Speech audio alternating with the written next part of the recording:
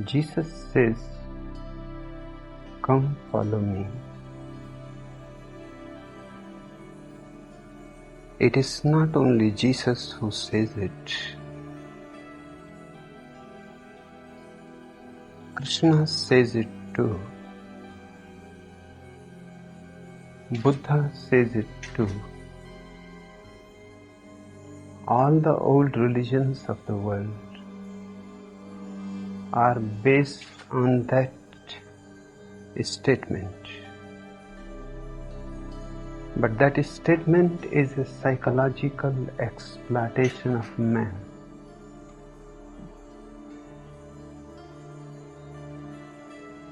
I cannot say it, "Come follow me."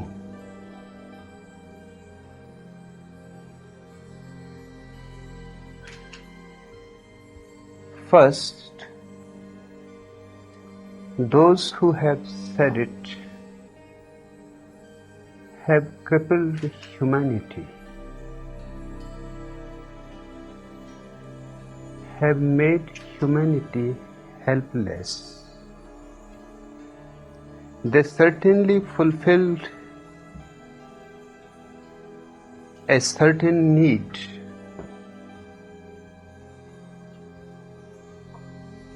People don't want to be on their own. They don't have guts to create their own path, to walk and create it. They want to be led, but they don't know that if you are being led, slowly, even if you have eyes, you will lose them. You will be seeing through the eyes of Jesus, Krishna, Muhammad. Your eyes will not be needed.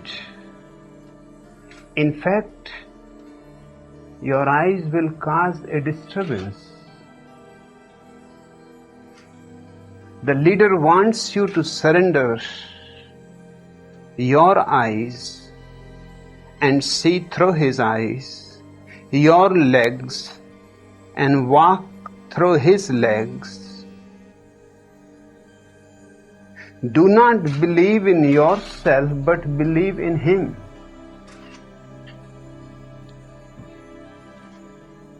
To me, it is a crime. It is crippling you, paralyzing you, destroying you. And you can see it all over the world. The whole humanity is destroyed by such statements and such people. I can say to you, "Come and share me," but I cannot say, "Follow me." Who am I that you have to follow? And you have to understand also that each individual is so unique that if you start following somebody, you will be automatically imitating. You will lose your identity.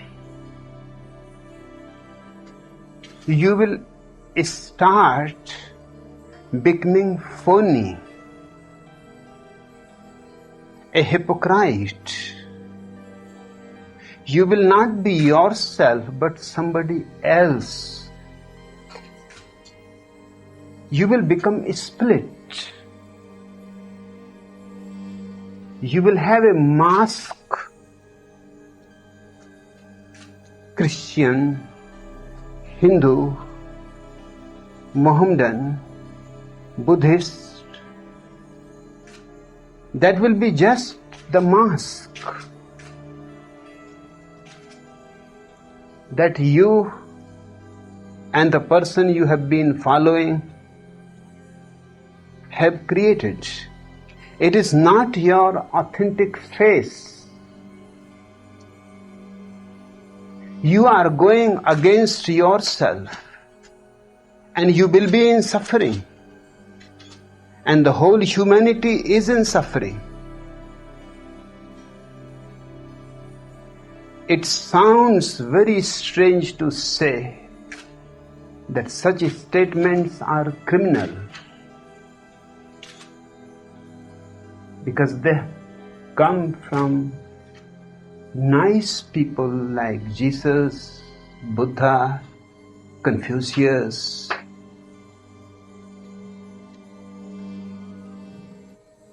You can understand my difficulty too.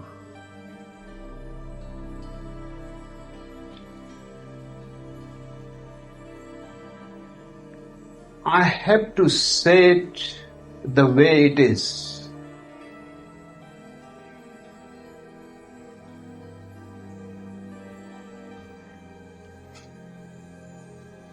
Every child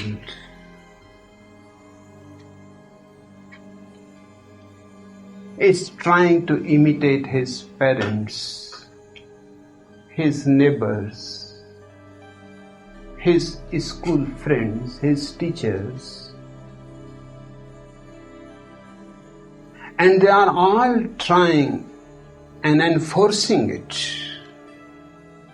I remember my own childhood.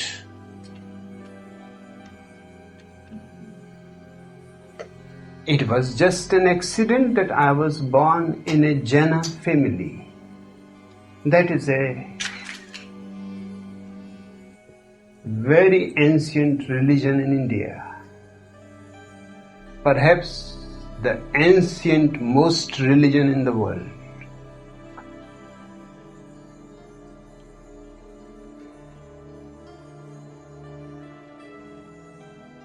But my father was certainly a human being. He used to take me to the temple, but he told me that I need not imitate him. He has followed the ways of his forefathers and he has not found anything.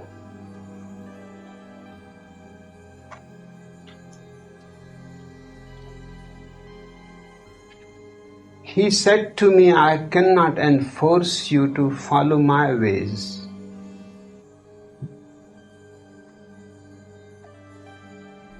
I can make you acquainted that this is the way I have followed.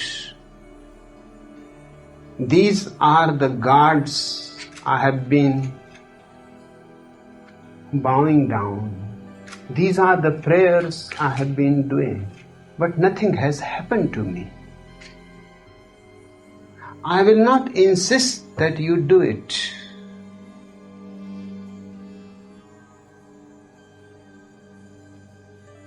On the contrary, I will insist that unless you feel to do something, never do it. I have never followed anybody. And it has paid me tremendously. It has been the greatest benediction to me that can be possible to a human being, not following.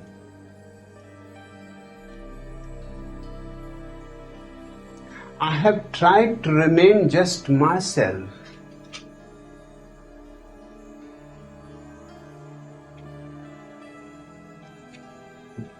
You will need courage.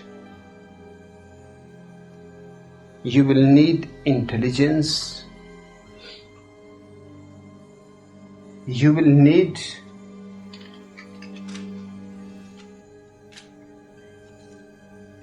a true search and seeking.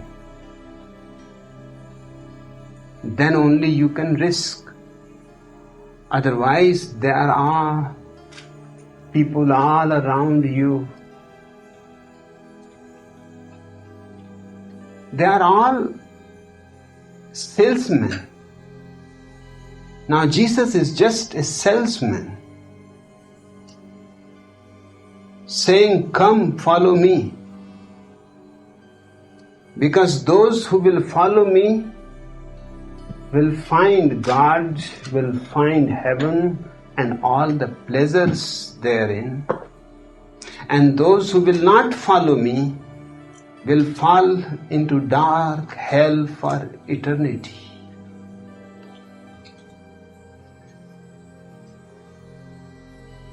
Now this man is not going to help anybody.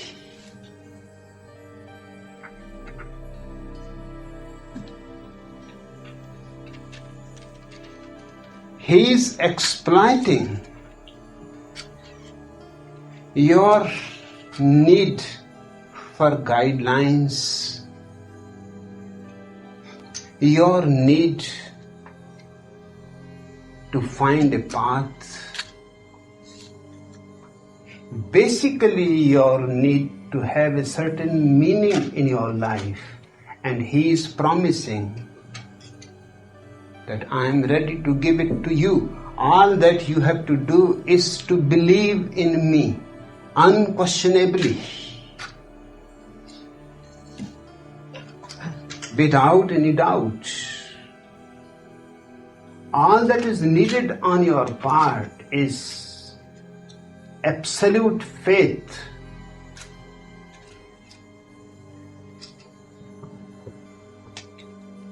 To ask anybody to believe is to cripple his intelligence, is to make him mediocre, is to condemn him to remain an idiot forever.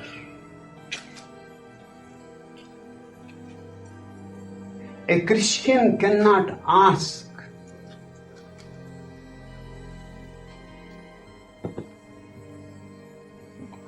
what is God? What is all this nonsense about the Holy Ghost?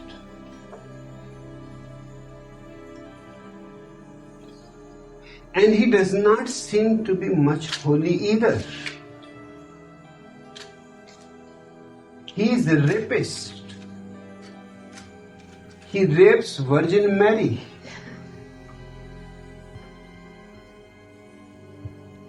And this Trinity, God, Son and Holy Ghost, and they have not allowed a single woman in it. Without a mother,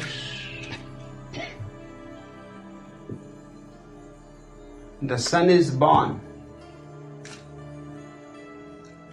In the Trinity, there is no possibility for a woman. Nobody has asked. And what are the proofs that you are the only begotten Son?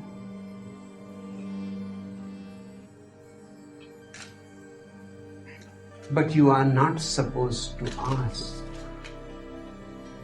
You are supposed to believe. It is a bargain. He will give you after death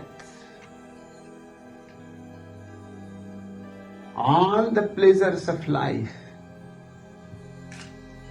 all imaginable fantasies will be fulfilled.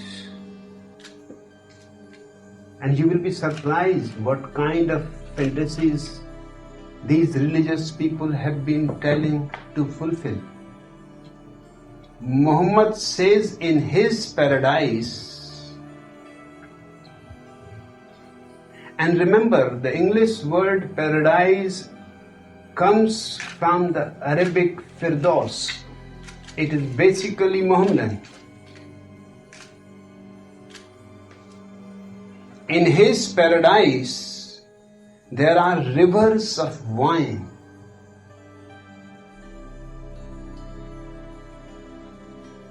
Drink as much as you want. Drown yourself. Swim in the wine. And there are beautiful women available, which remain always young, stuck at the age 16.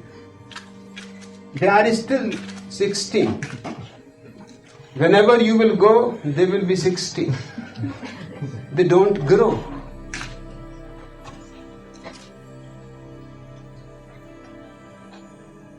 And not only that, because in Mohammedan countries, homosexuality has been a very long tradition.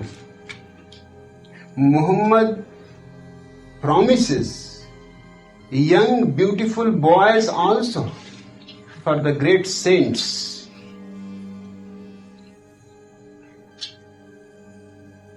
It is a bargain. You remain crippled, unintelligent, mediocre, stupid, and after death you will achieve everything, and nobody knows what happens after death. Nobody has ever returned and told that what happens after death. So they are doing such a fabulous business. They are selling such a commodity which is invisible, intangible. And what they are taking in return is your whole humanity, your whole integrity. They are destroying you completely. I can say, come and share me. That is a totally different standpoint. I have known something. I have seen something. I have lived something. And I can share it with you. And remember, I am not obliging you when I share it with you. You are obliging me.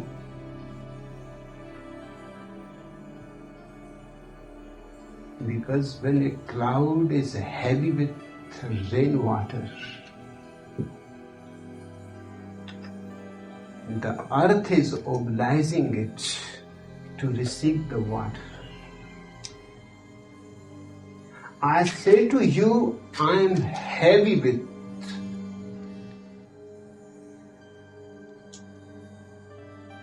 some ecstasy, some blissfulness. And it is not a question of a bargain after death. I am not promising you something in the future. And I am not asking you anything in return, not even a thank you. Because I am grateful to you that you shared with me.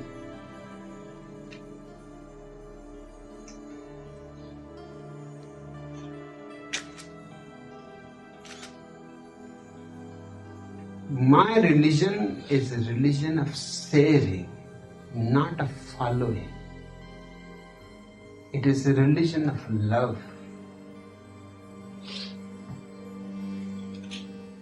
The very idea of following makes me sick. It is sickening.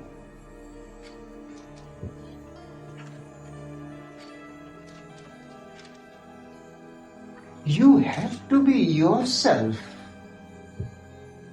And when you will blossom, you are not going to be like me, or like Jesus, or like Buddha. You are going to be just like you, which has never happened before and which is not going to happen again.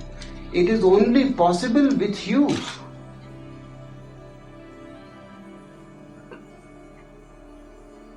You are unrepeatable. And if you start following somebody, you are missing a great opportunity that the existence has provided for you. And you will never be happy. No Christian is happy.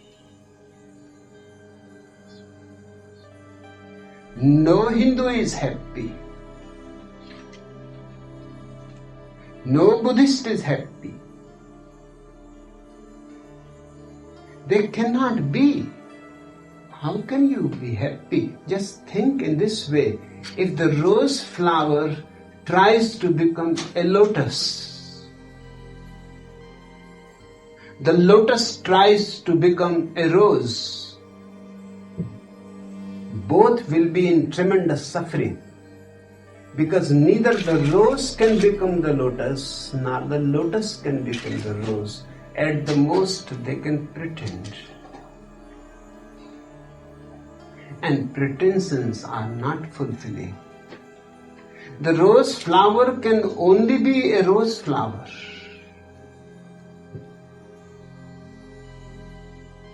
And the unfortunate thing is, when the rose flower starts trying to be a lotus, its energy goes into that effort of becoming a lotus. Lotus it can never become. It has no potential for it. It is not lotus. And there is no need for it to be a lotus. If existence wanted a lotus, there would have been a lotus. The existence needs a rose. Trying to be a lotus, the rose will be losing its energy into a fruitless, hopeless effort, and perhaps may not be able even to become a rose. From where it will find the energy to become a rose, the vitality to become a rose?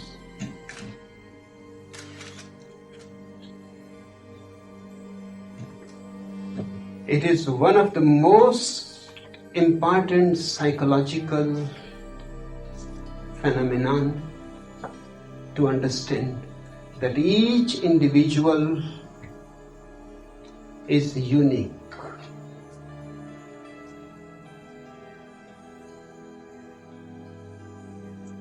There has never been that kind of individual before, and there will never be again that kind of individual.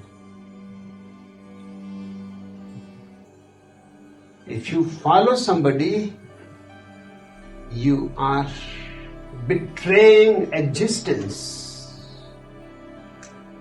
because you are betraying your own innermost being. You are betraying your flowering.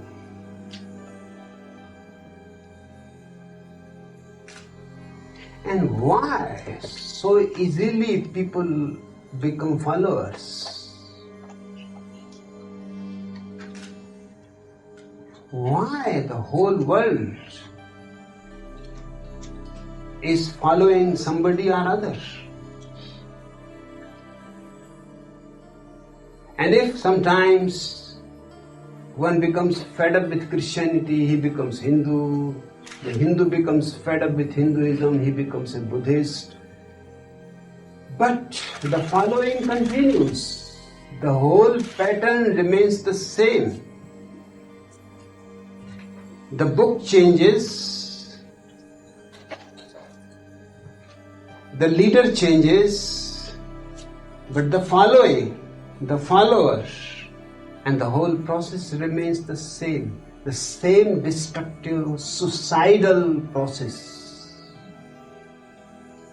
I am against following, because it is against the basic psychological principle of the uniqueness of the individual. You should pay a little more attention to the word individual. It means indivisible. It cannot be divided.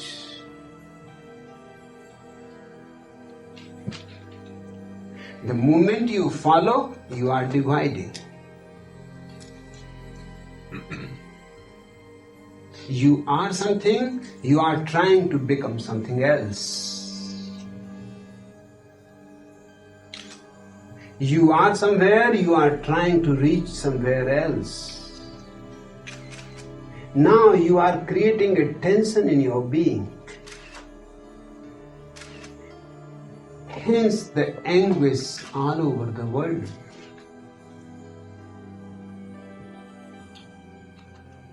My religion is not the religion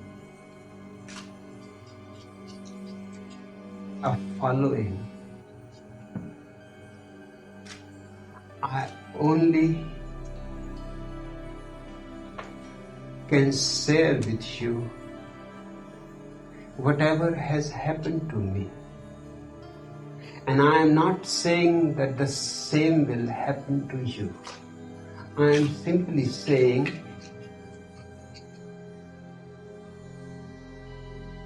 that if I can see, you can also see. If I can feel, you can also feel. Certainly you will feel in your own way, and you will see in your own way. The poetry that will be born to you will be your poetry. It will not be mine.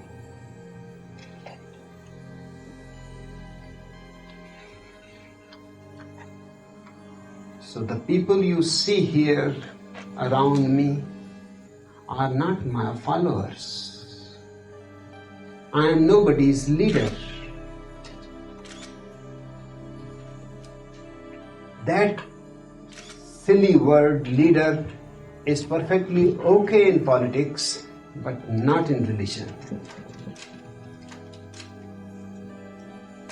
In politics, of course, you need idiots.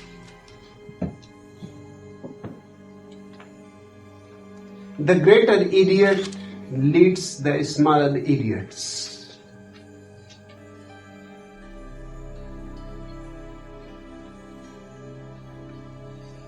But in religion,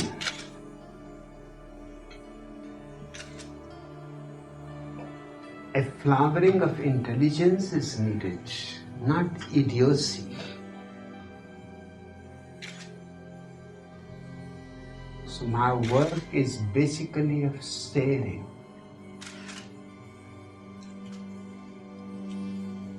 It is just, I would like to tell you an old beautiful parable.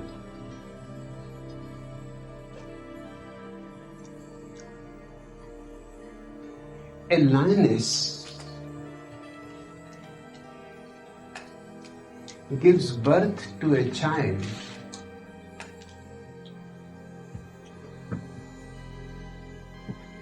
In the crowd of sheep,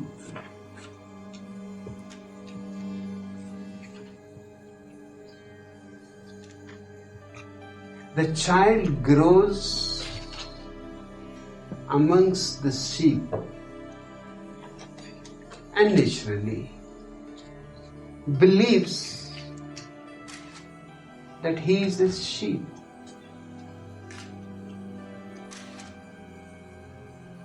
What else the lion can do? One day, an old lion just passing by the crowd of the sheep, looks at this miracle.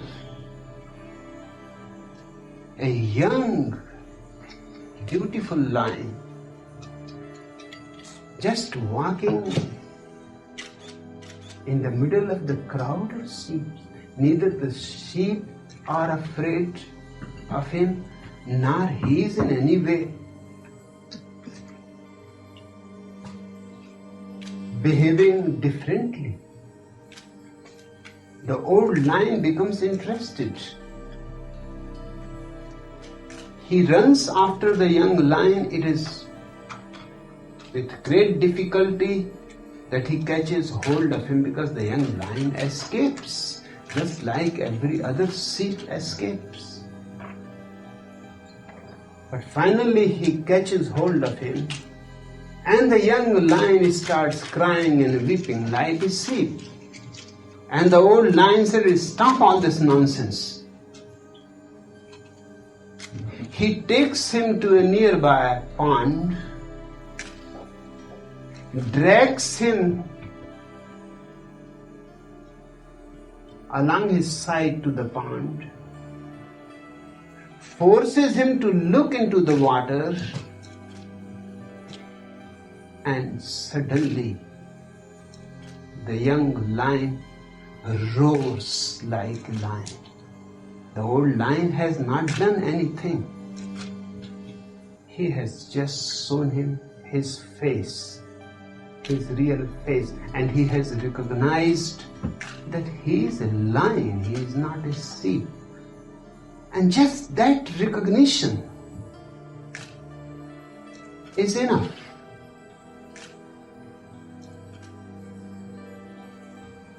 It is transforming.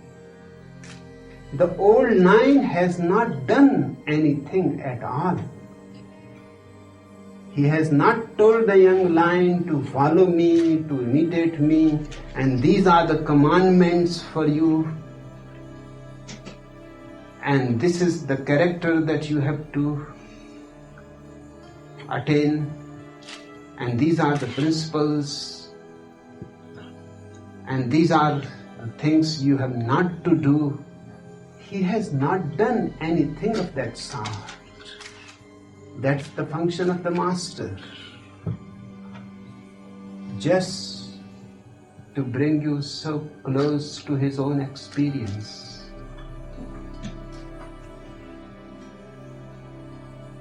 That something transpires in you. A sudden lion's roar. And the transformation. And you are yourself, neither a Hindu, nor a Mohammedan, nor a Christian.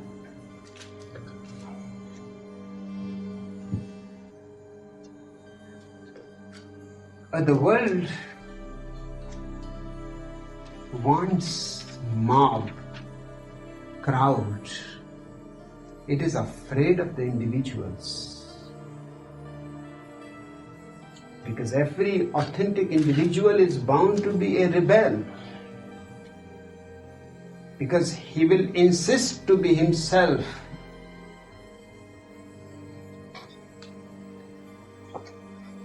Adolf Hitler would not like individuals. Neither Jesus likes individuals. And the strange thing is that even Jesus cannot understand that he is not liked by the Jews. He was born a Jew. He lived as a Jew. He died as a Jew. Remember, he had never heard the word Christian in his life. He was never a Christian. Because the word Christ does not exist in the language Aramaic which he spoke, which was his mother tongue. Neither the word exists in Hebrew, which was the language of the learned rabbis. It was after 300 years, Jesus, when the Bible was translated into Greek, that the word Messiah from Hebrew was translated as Christ.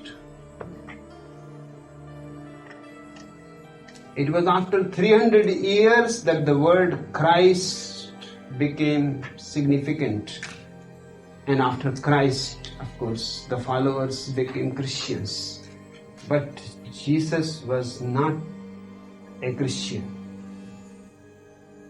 And his only crime was that he was himself an individual,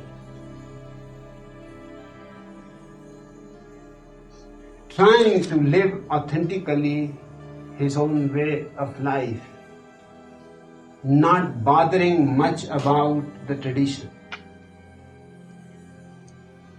That's why the Jews were so much angry.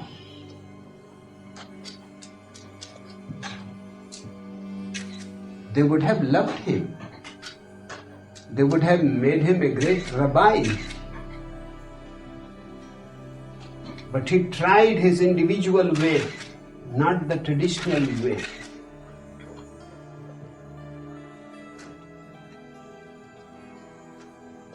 He had to die on the cross just because he insisted to be an individual. I am surprised that even such a man who suffered because of his individuality is again doing the same mistake with other people, asking them to follow him. That's what the rabbis were asking Jesus. Follow us. Don't try to be on your own.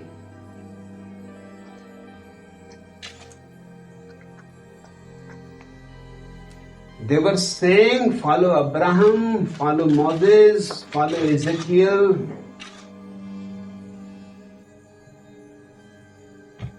They were asking Jesus, what is your authority?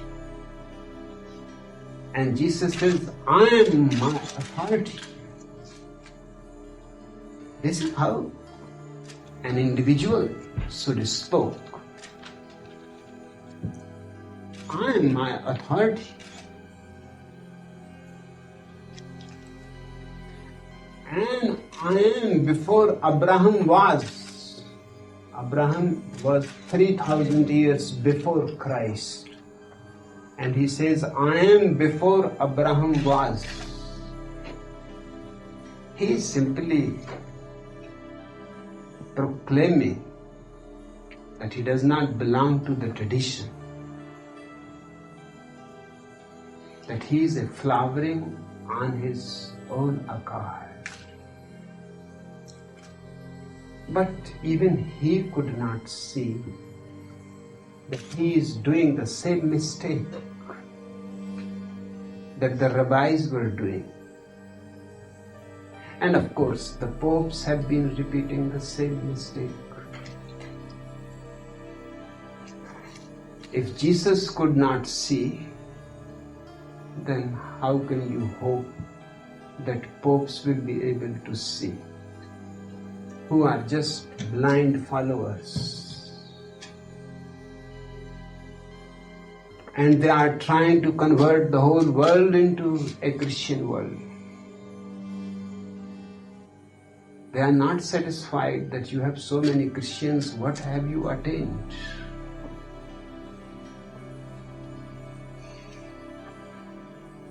What man has gained through it? More blood has been shed by Christians than by anybody else. More wars have been fought by Christians than by anybody else. People have been massacred, butchered, burned alive by Christians. And they are all following Jesus.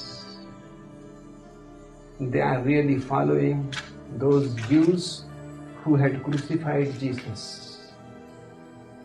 They have been crucifying other individuals whoever asserts his individuality, they have been crucifying him.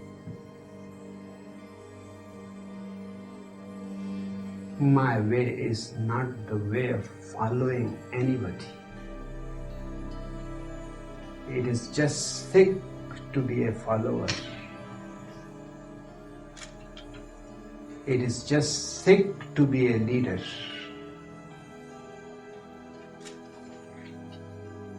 The leader is somehow not certain about his authentic individuality. He wants followers. Because if he has followers, then he becomes more certain he must be right. If so many people are following him, how he can be wrong? Alone, he becomes suspicious. Alone, doubts arise. Who knows whether he is right or wrong? He needs followers. It is his need that followers should be there. The greater the number of followers around him, the more satisfied and contented he is. He knows he is right. Otherwise, how so many people can be following him? That is the logic.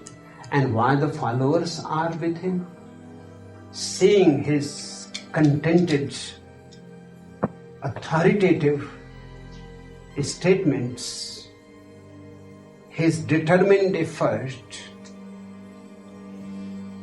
unwavering. Now when Jesus says, I am the only begotten Son of God, with authority,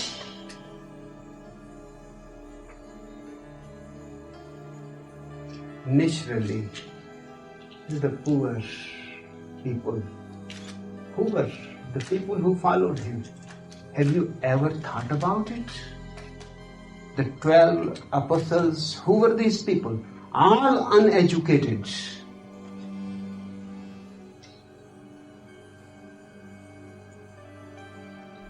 Fishermen, farmers, woodcutters, carpenters. Only Judas was a little bit educated, so he betrayed him. All others were absolutely uneducated, poor people in search of somebody who can hold their hand and can give them a certain strength that they are lacking in themselves. The followers feel it is a mutual conspiracy. Perhaps both are unaware. The leader is unaware that he needs followers to feel comfortable with his own idea, with his own fiction. And the follower is unaware that why he is following this man. He is following because he looks so authoritative, and he himself, the follower, feels so wavering, so doubtful, so untrusting. He thinks it is better to be with a man who knows.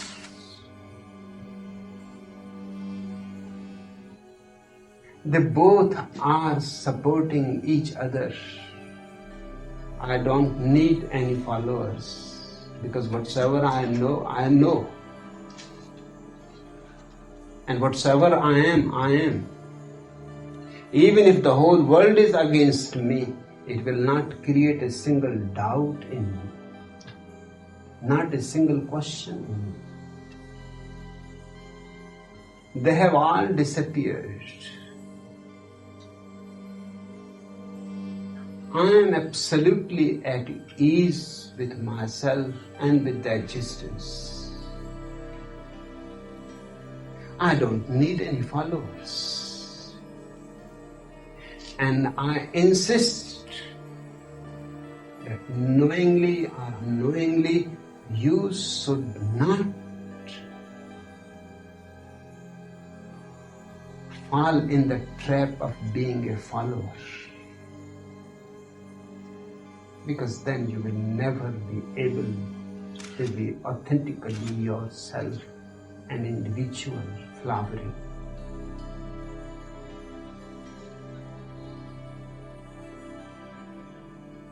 The communism has created an idea in the world that every man is equal, which is absolutely absurd.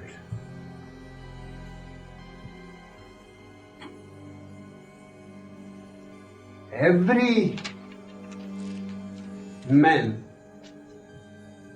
is so unique that he cannot be equal to anybody else. That does not mean that he is a higher or a lower. That simply means everybody is unique and there is no question of comparison. The comparison does not arise. The rose is perfectly beautiful as being a rose. The lotus is perfectly beautiful as being a lotus. Just a grass flower is perfectly beautiful as being a grass flower.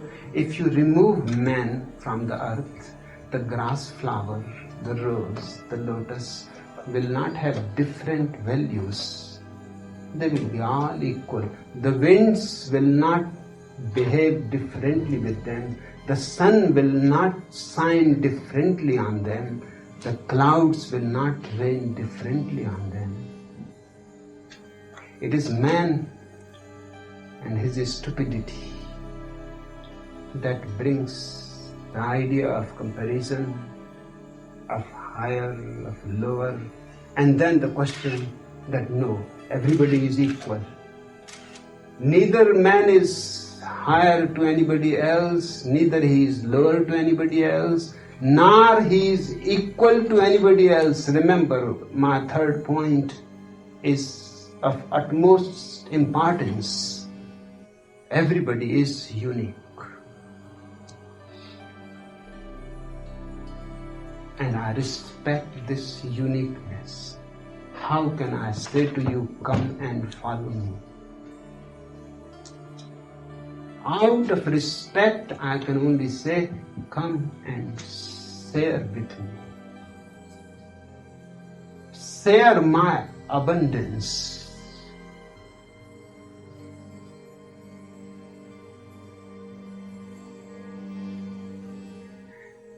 And the beauty is that the more you share the inner riches, the more you have them. The more you give, the more you have them. If you hoard them, you will lose them. So nobody who attains to inner blissfulness can hoard it. Hoarding kills it. He has to share it.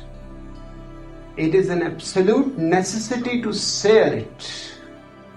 Only by sharing it remains alive and flowing. And more it goes on coming to you. One is simply amazed. The ordinary economics does not work here.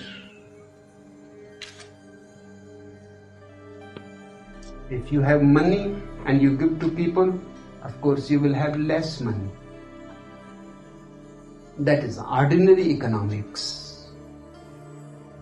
But if you have silence, peace, love, joy, ecstasy, give it and see what happens.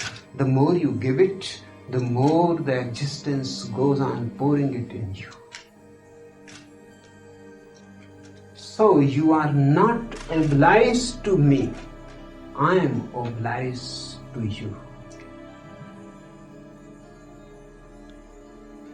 Do you believe in God?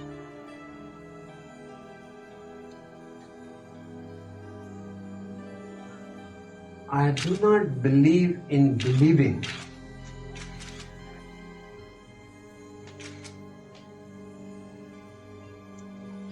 That has to be understood first.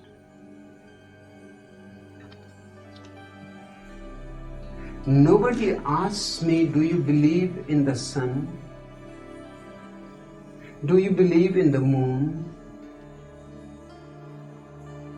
Nobody asks me that question. Millions of people I have met, and for 30 years continuously I have answered thousands of questions. Nobody asks me, do you believe in the rose flower? There is no need. You can see the rose flower is there, or it is not there. Only fictions, not facts, have to be believed. God is the greatest fiction that man has created. Hence, you have to believe in him.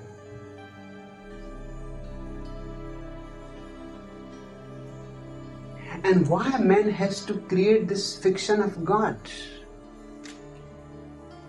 There must be some inner necessity.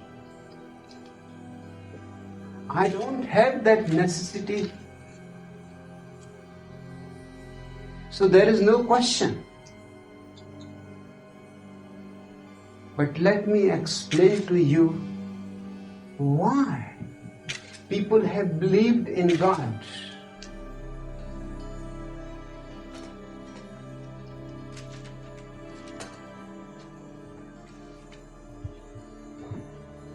One of the significant things to understand about man's mind is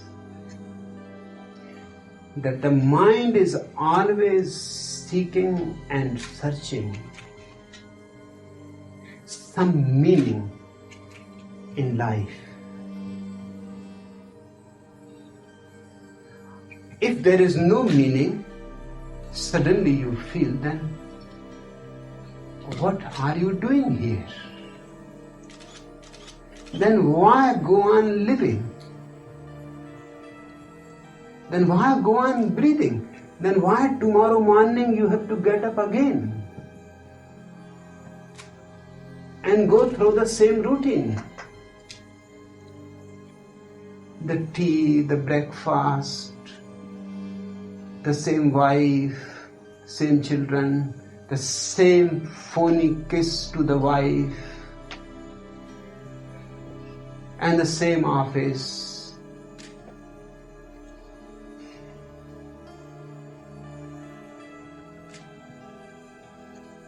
And the same work, and comes the evening, and bored, utterly bored, you are back home. Why go on doing all this? The mind has a question. Is there any meaning in all this? Or you are just vegetating?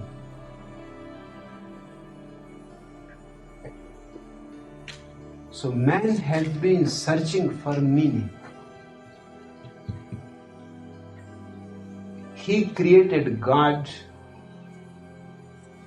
as a fiction to fulfill his need for meaning. Without God, the world becomes accidental. It is no more a creation of a wise God who creates it for your growth, for your development, or for something. Without God, remove the God, the world is accidental, meaningless. And the mind has an intrinsic incapacity to live with meaninglessness. So it creates all kinds of fictions. God, nirvana, heaven, paradise, other life, beyond death, and makes a whole system. But it is a fiction. To fulfill a certain psychological need,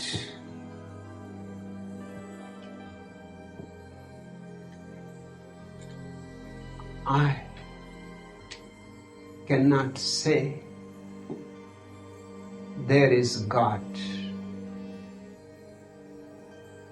I cannot say there is no God. To me, the question is irrelevant.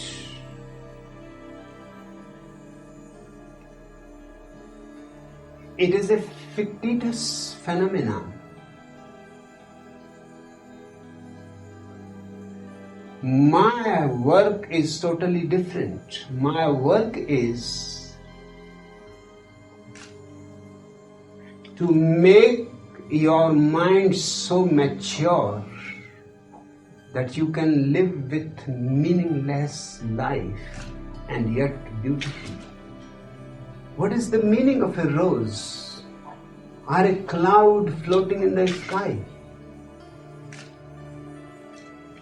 There is no meaning, but there is so tremendous beauty. There is no meaning. The river goes on flowing.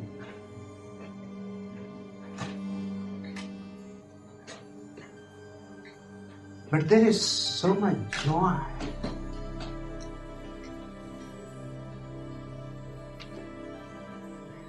Meaning is not needed. And unless a man is capable to live without asking for meaning, moment to moment, beautifully, blissfully, for no reason at all, just to breathe is enough. Why you should ask for what? Why you make life a business? Is not love enough? Have you to ask what is the meaning of love?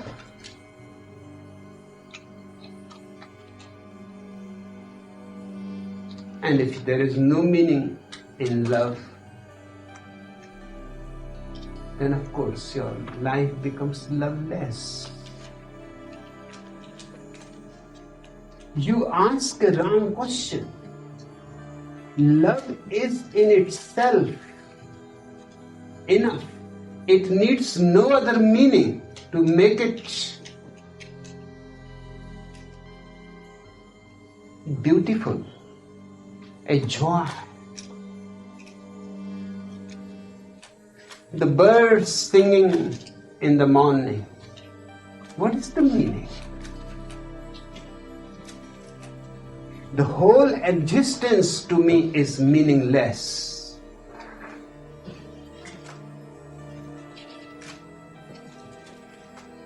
And the more I became silent and became attuned with the existence, the more it became clear that there is no need for meaning. It is enough as it is. Don't create fictions. Once you create a fiction, then you have to create 1,001 other fictions to support it. because it has no support in reality.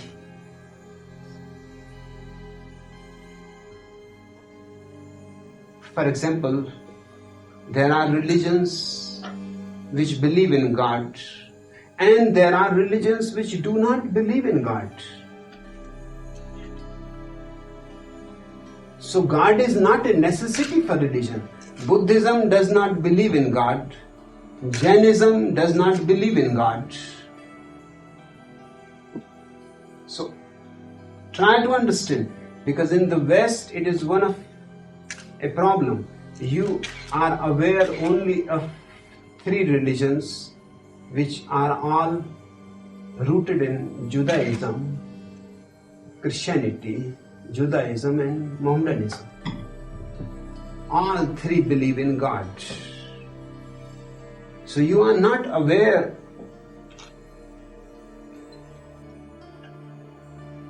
of Buddha. He never believed in God. I am reminded of H.G. Wells' statement about Gautam Buddha. He said he is the most godless person, yet the most godly. A godless person and godly? Do you think there is any contradiction? There is no contradiction. Buddha never believed in God. There was no need. He was so utterly fulfilled that his own fulfillment became a fragrance around him. Mahavira never believed in God. Yet his life is as divine as a life can be. So when I say God is a fiction, please do not misunderstand me. God is a fiction, but godliness is not a fiction. That is a quality. God is a person. As a person, it is a fiction. There is no God sitting in heaven, creating the world. And do you think a God will create such mess that you call the world?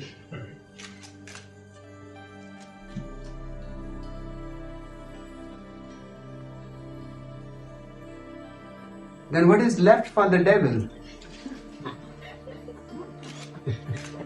If anybody has created this world, it must be devil.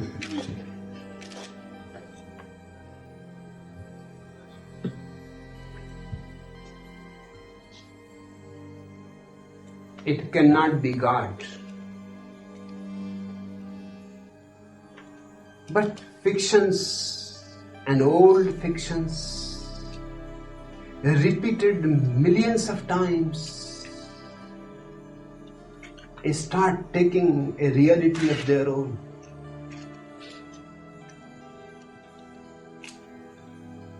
It has been repeated so much that you don't even ask what kind of world God has created, what kind of man God has created.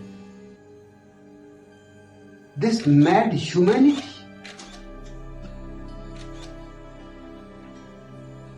In 3,000 years, man has fought 5,000 wars. This is a creation of God. And still man is preparing for the total societal ultimate war. God is behind it.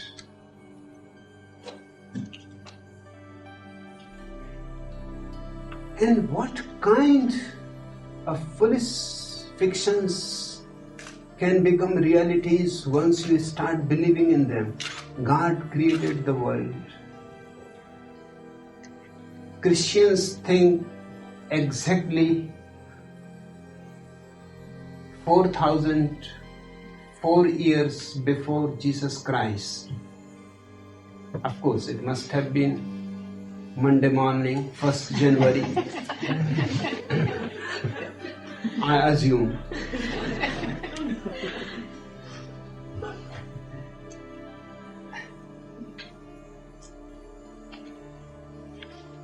Because the Bible says so. Now there are evidences, 1,001 evidences, that this earth is millions of years old. We have found hidden in the earth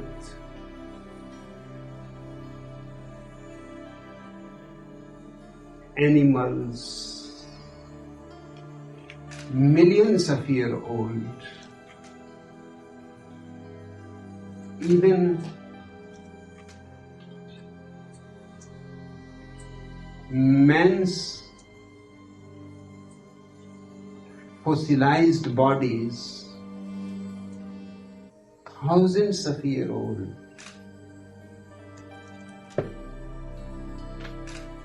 But what the last Pope said about it, he said that the world was exactly created as it is said in the Bible, 4,004 years before Jesus. That means 6,000 years before. Every evidence goes against it. In India, we have found cities which are 7,000 years old. In India, we have the Vedas, which are at least 10,000 years old. According to the very scientific approach, according to the Hindus, they are 90,000 years old. Because in the Vedas, there is a mention of a certain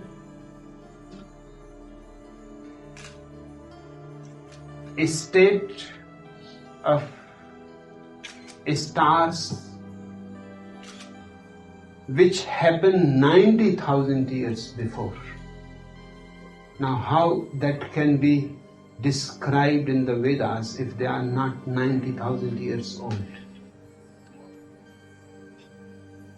But what the last Pope said, he said, God created the world with all these things. Everything is possible for Him. He created the world 4,004 years before Jesus with animal bodies, looking millions of years old. Everything is possible for God.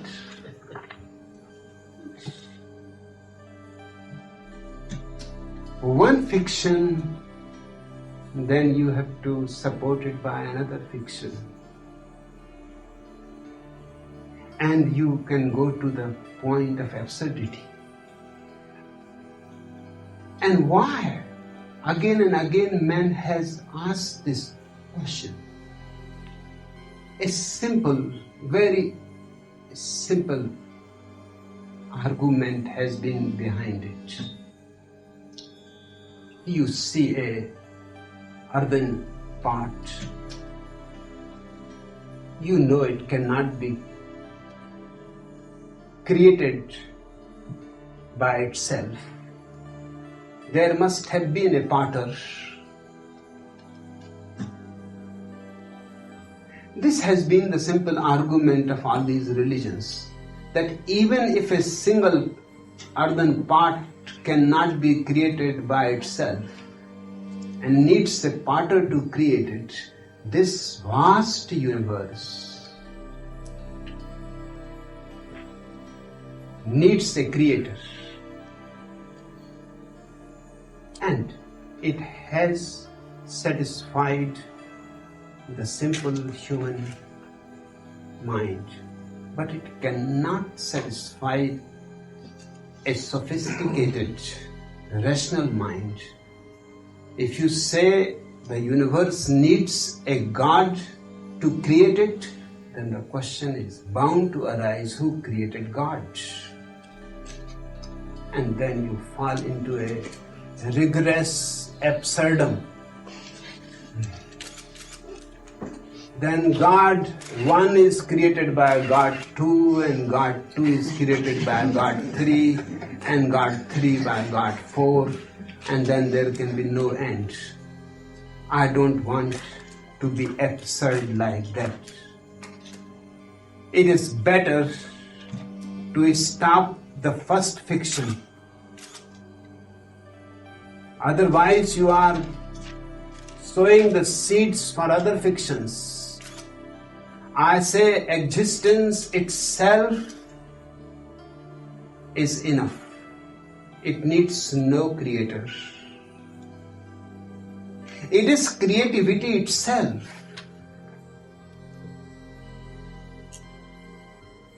So rather than asking me, do I believe in a creator?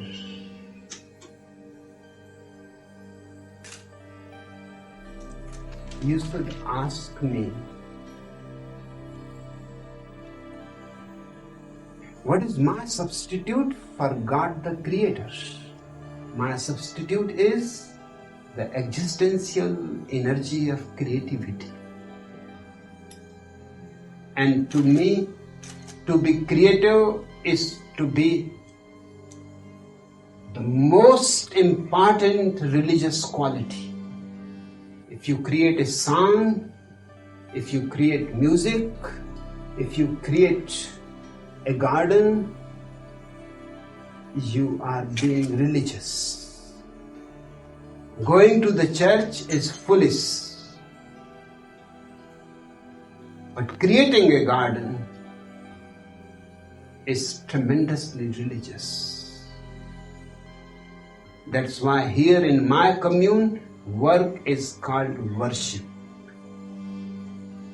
We don't pray in any other way. We pray only through creating something. To me, creativity is God. But it will be better if you allow me to change the word God into godliness, because I don't want to be misunderstood. There is no person like God, but there is tremendous energy exploding. Unending.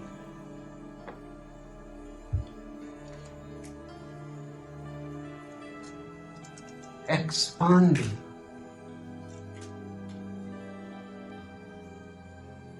This expanding, unending, exploding energy, this creativity is divine. I know it. I don't believe in it. I have tasted it. I don't believe in it. I have touched it. I have breathed it. I have known it in the deepest core of my being. And it is as much in you as it is in me. Just a look inwards. Just a little 180-degree turn, and you become aware of a truth. Then you don't ask for beliefs. Only blind people believe in light. Those who have eyes, they don't believe in light, they simply see it. I don't want you to believe in anything. I want you to have eyes. And when you can have eyes, why be satisfied with a belief and remain blind? And you are not blind. Perhaps you are only keeping your eyes closed. Perhaps nobody has told you that you can open your eyes. Then you live in darkness. And in darkness you ask, does light exist? I am reminded of a small story in Buddha's life. A man was brought to Gautam Buddha who was blind but was a very logical man. He was so logical that his village and the Pandits of the village became utterly fed up with his logic. They could not prove to him that light exists. The whole village knew. Everybody saw it. Only the blind logician was unable to see it. But he was a very logical man. He said, anything that exists can be touched. Bring light. I would like to touch it. Anything that exists, you can hit it with something, it will make sound. Let me hear the sound of your light being hit by something. If it has any smell, bring it to my nose. I can smell it.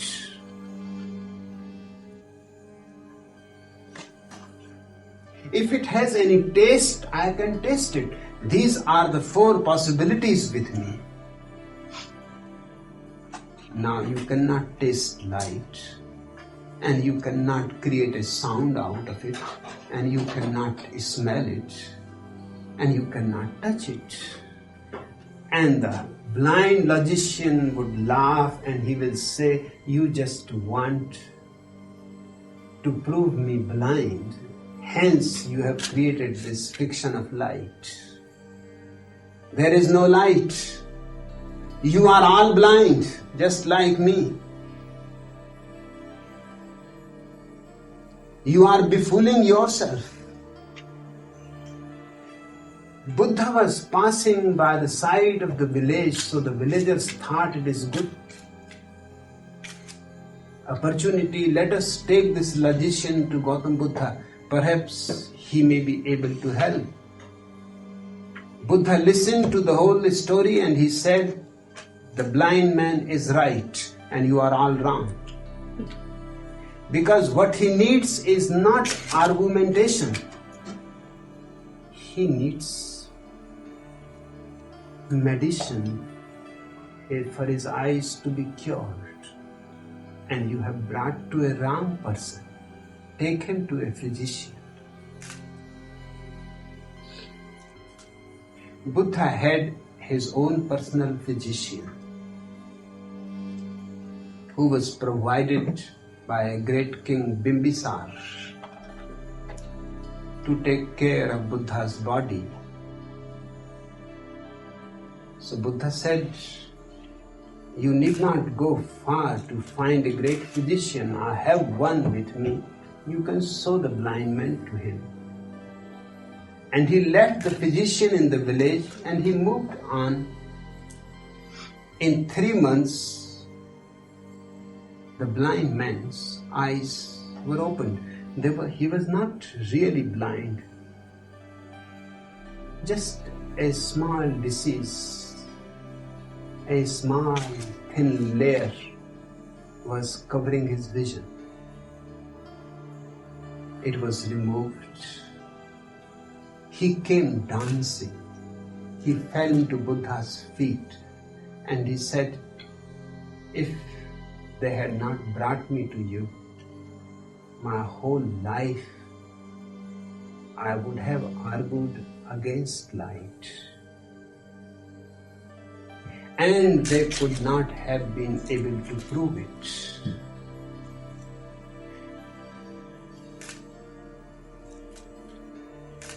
Godliness is not something that argument can prove or disprove. It is something that you can experience. You will be surprised to know that the word meditation and the word meditation come from the same root.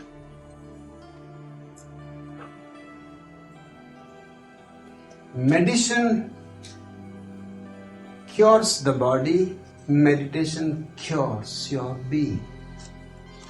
It is the inner medicine.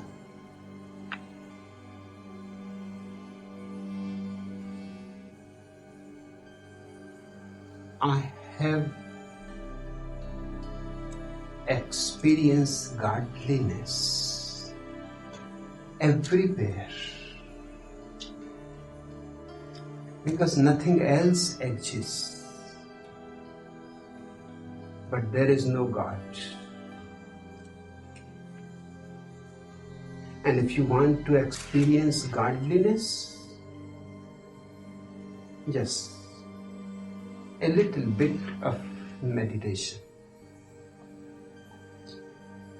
a little bit of becoming thoughtless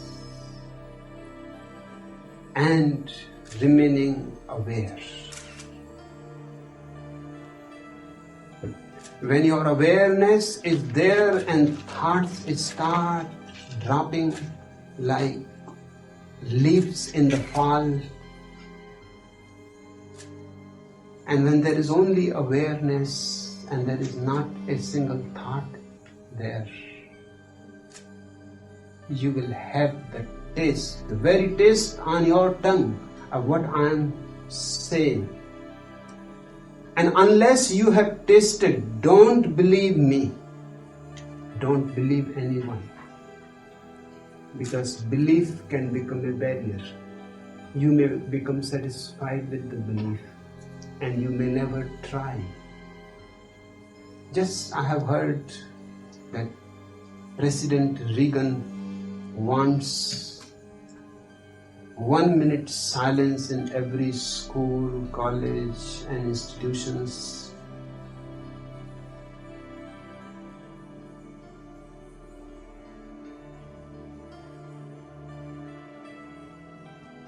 The idea is great, but I don't know whether Reagan understands what it means 1 minute silence.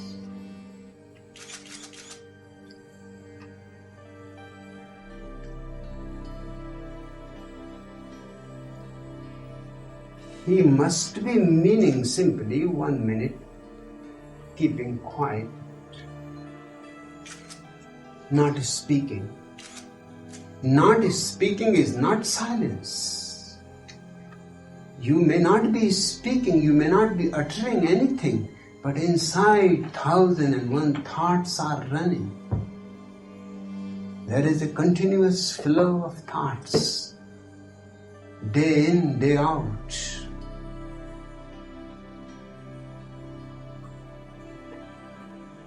I would like to tell President Reagan first to try 1 minute silence. That means for 1 minute no thought moves on the screen of awareness. It is not easy.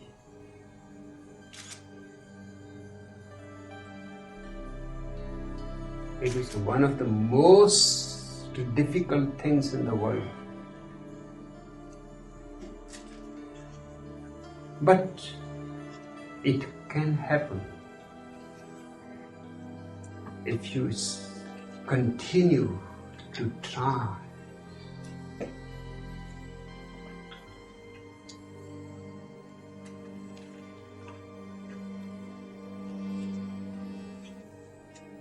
And if it happens for 1 minute, that's enough.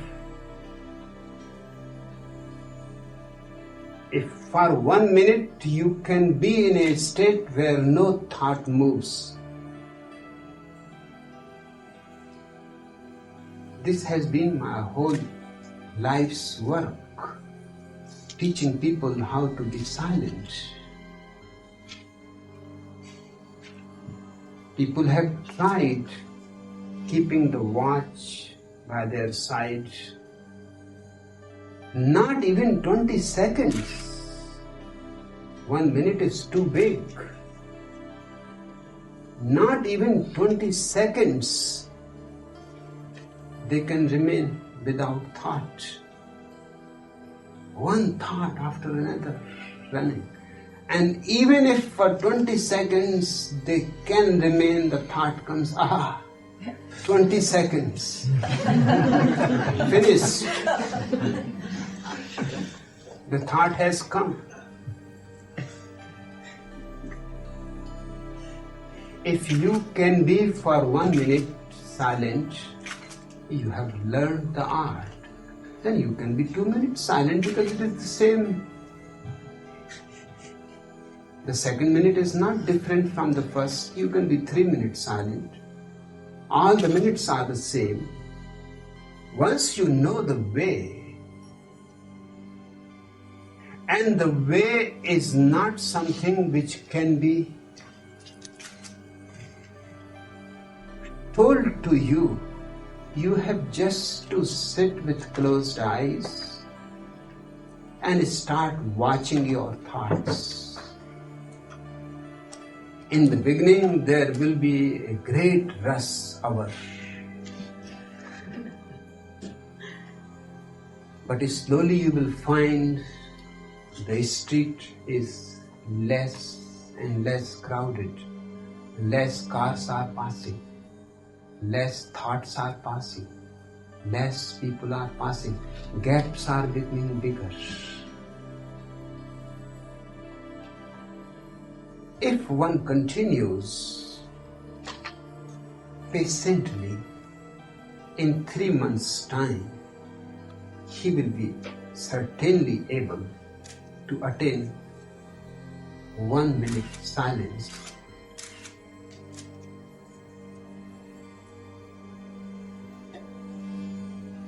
I don't know President Reagan has ever tasted it, because any man who can taste silence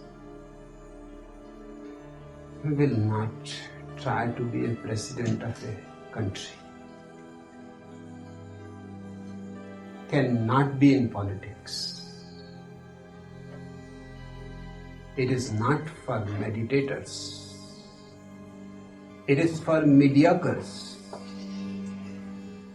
It is for all kinds of fools and idiots.